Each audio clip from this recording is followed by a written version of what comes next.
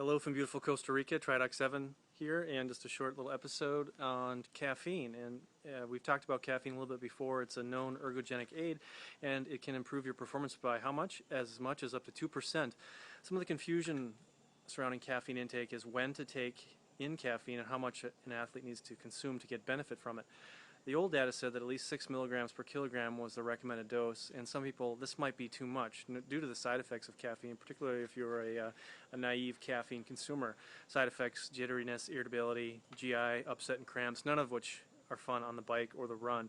And so the current evidence from sports medicine suggests that even 3 milligrams per kilogram of caffeine supplementation per body weight is effective. And how does it work? Well, we're not 100% sure, but we know that caffeine decreases fatigue, increases energy, concentration. Some people tout its effects for overall performance enhancement. The data clearly shows that up to 2% is a sort of an average amount of improved performance from caffeine supplementation. That's part one. Part two is when to consume it. Well, if you're competing in an event that's 90 minutes or less, probably consuming the caffeine about an hour before the start of your race is the best time frame for that. What sources of caffeine? Obviously, many gels contain caffeine, but remember, if you've listened to some of the previous podcasts or blog posts, that each gel packet has about 100 calories and needs to be consumed with at least 6 ounces of water.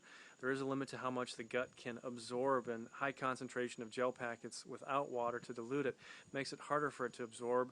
What that can result in is cramps and GI upset, or even worse, diarrhea. And so if you're using gel packets with caffeine, you need excess water or extra water to balance that out. The best source is probably just strong coffee. That's what I like before races, particularly when I'm driving early on the morning of a race. If I can get there within a couple hours, I'll just drive that morning as opposed to sleeping over the night before, and I drink a lot of coffee anyways, and so that's one way to get the caffeine load.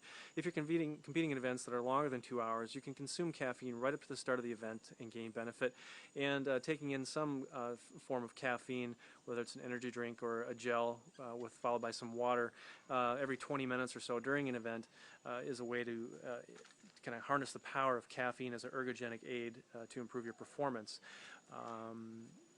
What else about caffeine? Obviously, excess is too much.